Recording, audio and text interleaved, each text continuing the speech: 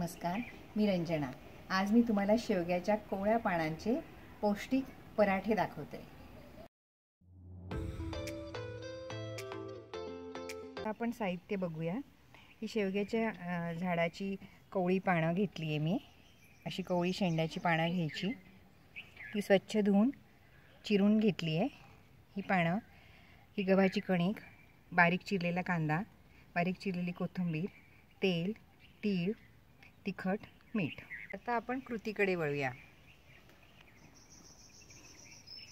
ही 1 वाटी गव्हाची कणिक, त्यात ही शेवग्याची पानं,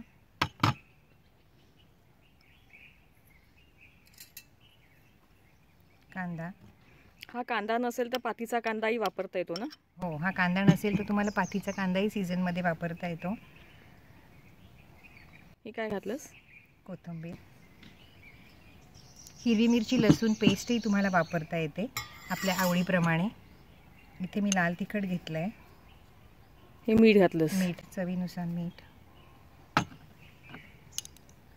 तीळ घेतलेत, थंडीचा सीझन आहे त्याच्यामुळे। तिळात कॅल्शियम असतं, त्याने मेथाने कॅल्शियमही पोटात जातं। तिखट चवीनुसार।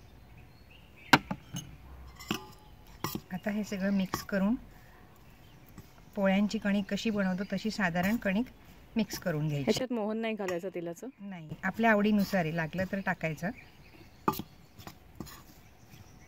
नाही घातलं तरी चालतं। थोडी हळद घालूया। मी हळद सांगायचं विसरले। आणि तुम्ही तेलाचं मोहनही घालू शकता किंवा कच्चं तेलही घालू शकता, म्हणजे ते अजून खुसखुशीत होतात।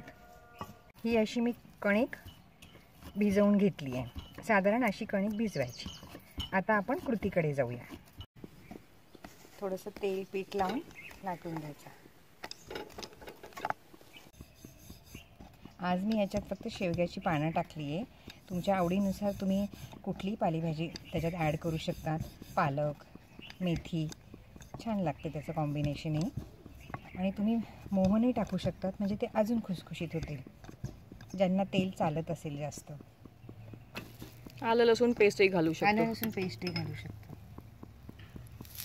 आणि शेवग्याची कोवळी पानं अतिशय पौष्टिक आहेत। इथे तू तेल वापरलंस, त्याचे अमूल बटरही मुलांना करून घातलं तर ते मुलं आवडीने खातील ते पराठे।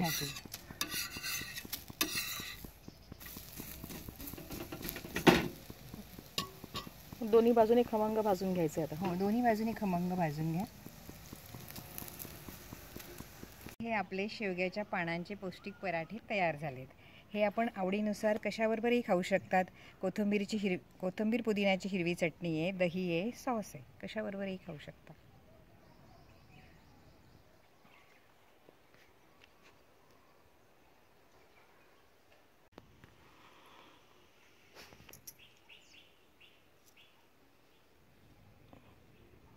कसे झालेत?